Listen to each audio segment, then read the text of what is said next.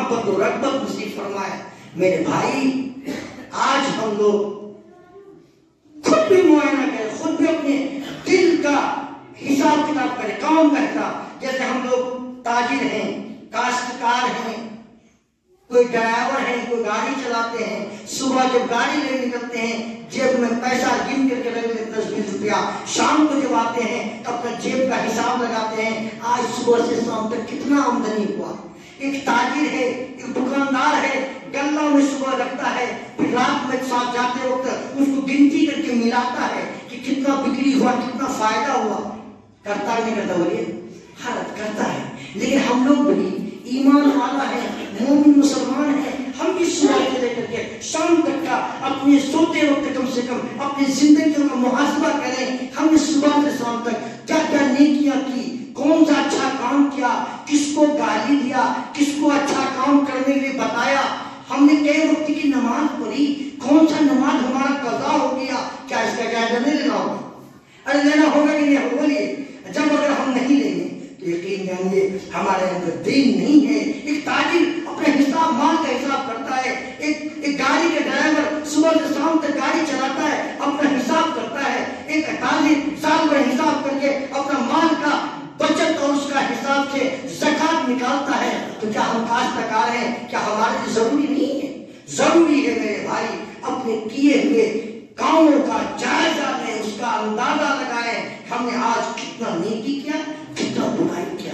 اگر نیکی زیادہ کیا تو کوشش کریں اور زیادہ کریں، اور برائی اگر کیا ہے تو توبہ کریں۔ توبہ کا دروازہ کھلا ہوا ہے، توبہ کا دروازہ کھلا ہوا ہے۔ نبوت کا دروازہ بند ہے مگر توبہ کا دروازہ کھلا ہوا ہے۔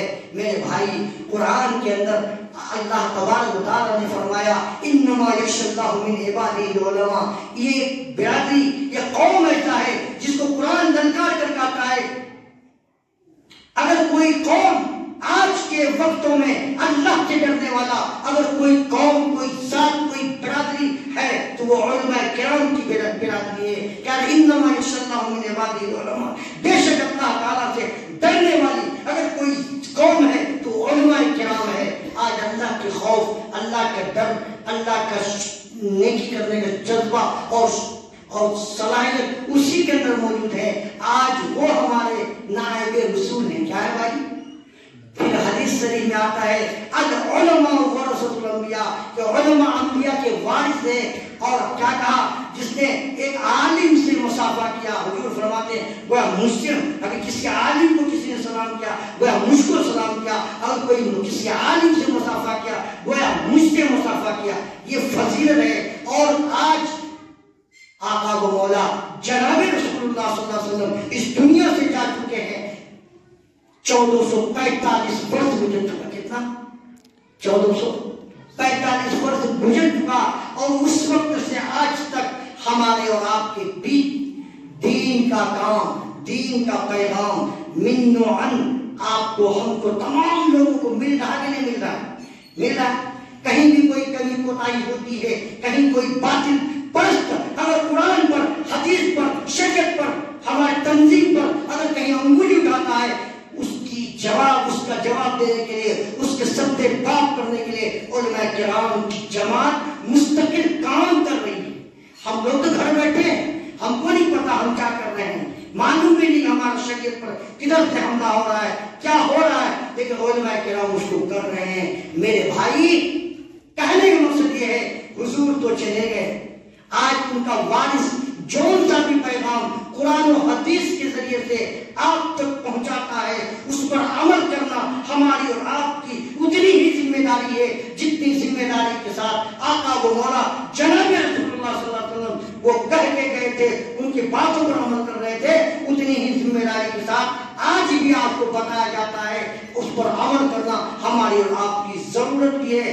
ہمیں آپ کو اس پر عمل کرنا بہت ضروری ہے۔ اب تو نبی نہیں ہے، نبی کوئی کہنے والا نہیں ہوگا، نبوت کا دروازہ بند ہے، اور کہنے والی ذات صرف اور صرف نائب رسول یعنی علماء کرام ہمارے اور آپ کے بیچ میں ہر جگہ ہمیشہ ہماری زندگیوں کے اندر جو بھی خرابیاں آنے والی ہے، جو بھی خرابیاں ہیں، قرآن و حدیث کی روشنی میں وقتاً فوقتاً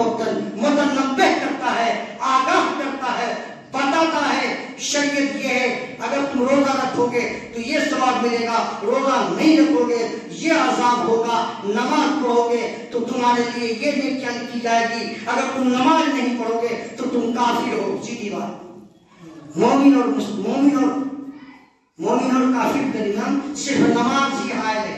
اگر ایک آدمی نماز پڑھتا ہے وہ مومن اور مسلمان ہے، جو نماز نہیں پڑھتا وہ کافر ہے. شریعت میں، دین میں، مذہب میں اس کا کوئی حصہ نہیں ہے، اس کا کوئی حصہ نہیں ہے. صاف بات ہے، قرآن بھی کہا، حدیث میں بھی موجود ہے. اسی لیے میرے بھائی، ہم سب لوگ بڑی غفلت کی زندگی سے دور گزر رہے ہیں. اپنی غفلت کی زندگی کو اپنے اندر ختم کریں اور دینداری اپنے دلوں کے اندر لائیں. اور دوسری بات یہ ہے، ہر آدمی اپنے گھروں میں اپنی عورت کا چرواہا ہے، اپنی بیوی کا مالک ان کا چرواہا ہے. اگر ہمارے موجودگی میں، اگر چرواہے کے موجودگی میں کوئی مویشی جس کے جیات چل جائے تو چرواہا کو لوگ جدو کو کرتا ہے، مار پیٹ کرتا ہے کہ تمہارے رہتے ہوئے کیوں کیسے جا لیا. تو ہم لوگ بھی اپنے گھر میں اپنے بیوی بال بچے کا چرواہا